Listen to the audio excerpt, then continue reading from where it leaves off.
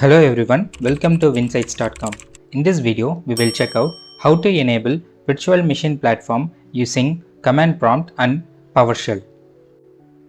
First, let us see how to use command prompt and enable this feature on Windows 11.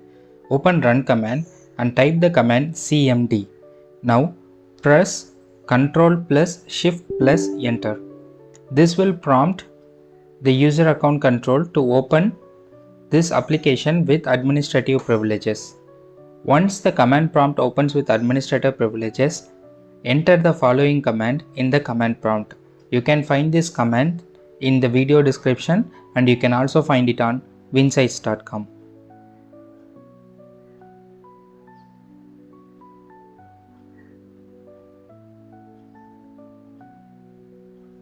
When you execute the command, the DISM will enable Virtual Machine Platform on Windows 11. That's it. We have received the message. The operation completed successfully. Now let's see how to use Windows PowerShell and enable this feature. Open the run command and type the command PowerShell. And press Ctrl plus Shift plus Enter to open this PowerShell with administrative privileges.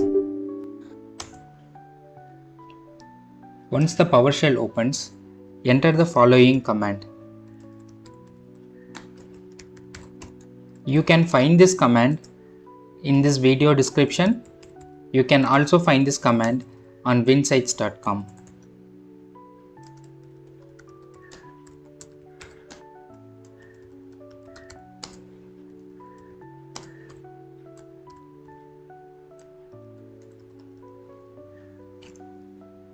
Now let us execute this command in the PowerShell.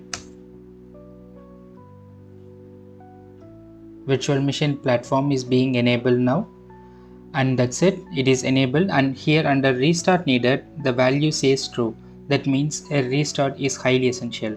Kindly save your works and manually restart your PC, and you can start working with your Virtual Machine Platform on Windows 11.